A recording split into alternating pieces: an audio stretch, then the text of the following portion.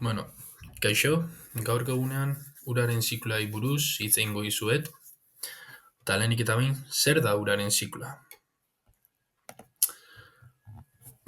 Uraren zikloa lurrean etengabe gertatzen den uraren mugimendu naturala da. Egoera fisikoa eta kokapena aldatuz.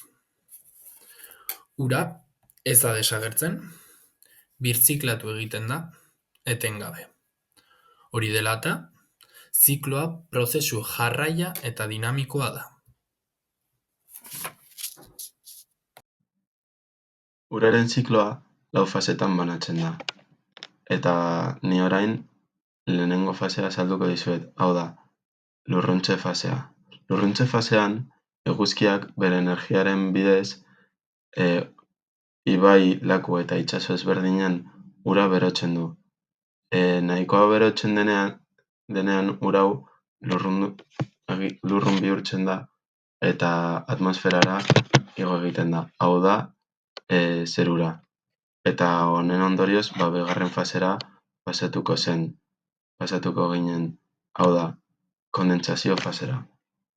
Igorrek azaldutako prozesuari jarraituz, gas moduan dagoen edo lurrun moduan dagoen ur hori begi bistaz ez dugu ikusten. Baina gora egiten duen heinean aire hotzarekin elkartu egiten da eta ur tantatxo txiki berriak sortzen dira. Prozesu honi kondentsazioa deitzen zaio eta uraren zikloaren bigarren prozesua dela esan genezake. Bueno, nik prezipitazioa zer den azalduko dizuetera labur eta oso ulergarri batean.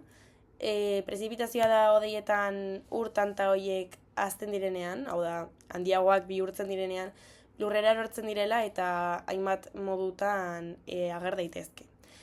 Adibidez, euria moduan, elurra moduan edo kaskabarra moduan. Eta hori izango litzateke prezipitazioa. Aurreko prozesua ikusi ondoren, euriaren urak ibai eta erreketara iristen dira. Ibai eta errekak bide batzuk dira, non iristen dian laku eta itsasoetara.